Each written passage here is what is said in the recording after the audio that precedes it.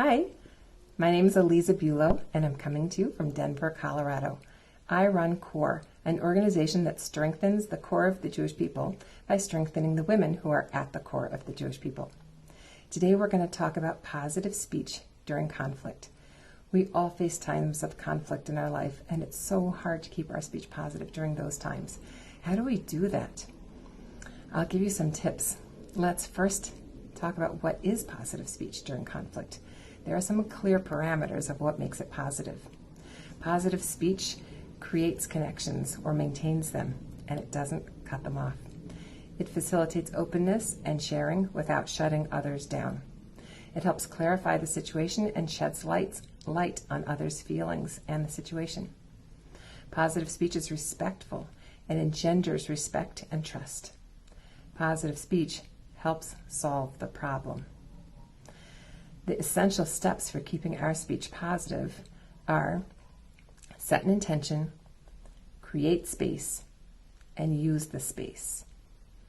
First, set your intention before conflict arises. Right now, I want my speech to be positive the next time there's a conflict. I am setting the intention for positive speech. That has to be done before the conflict arises.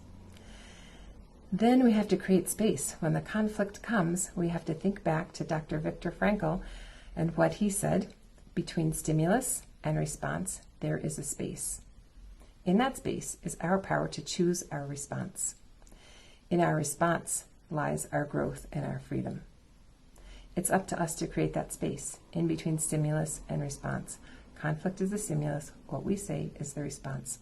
If we slow down, if we pause, we can create space in which we can choose the response that we want to use. And in that lies our growth and our freedom. So let's slow down. Then, once we've created that space, we have to use it.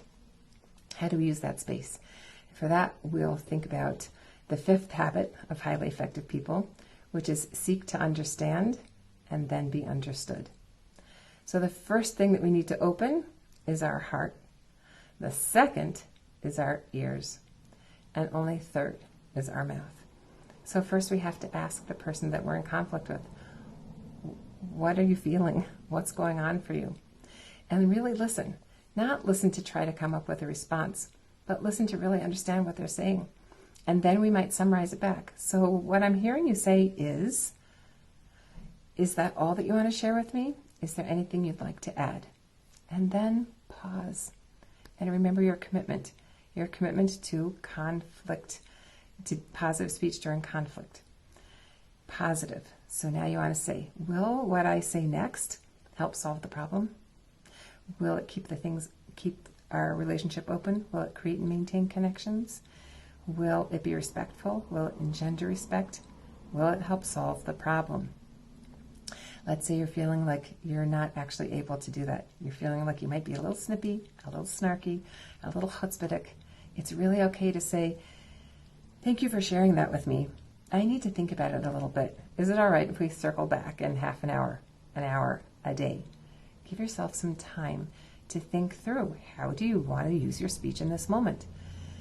If you make that commitment to solving the problem, being respectful, respecting yourself and others, respecting the power of your speech, and answering in a positive, constructive way, take the time to do it, and you'll have good results.